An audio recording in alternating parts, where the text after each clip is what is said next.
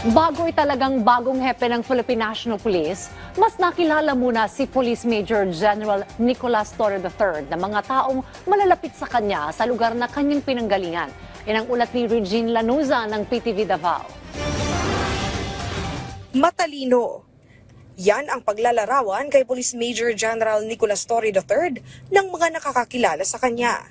Dito sa isang subdivision sa Barangay Zone 2, Coronadal City, South Cotabato, nanirahan si General Torre noon. Ayon sa kapitbahay nitong si Remedios Aquino, maliit pa ang bahay nila noon pero respetado at mabuti ang kanilang pamilya. Naging barkada rin ng kanyang anak, si General Torre, kaya alam niyang talagang matalino ito. Bata pa lang ay gusto na nitong may marating sa buhay. Gumraduate itong valedictorian sa Notre Dame of Marbel.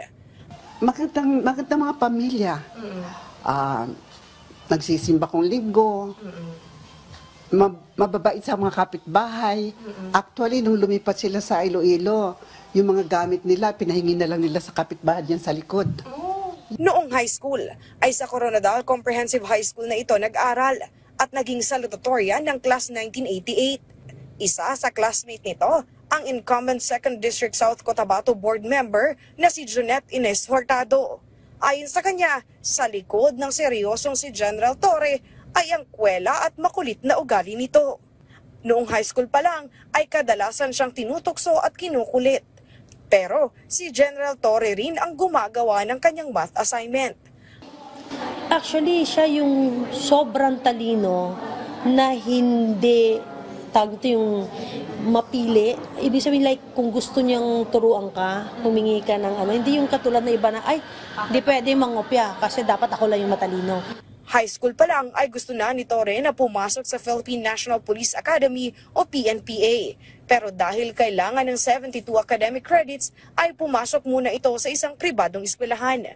Nagtapos ito ng top sa PNPA Tagapaglunsad Class of 1993 at doon na nagsimula ang kanyang karera bilang pulis.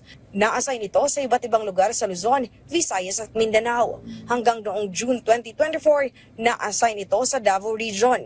At dito na ito naging kontrobersyal nang inaresto nito si Kingdom of Jesus Christ Pastor Apollo Kibuloy.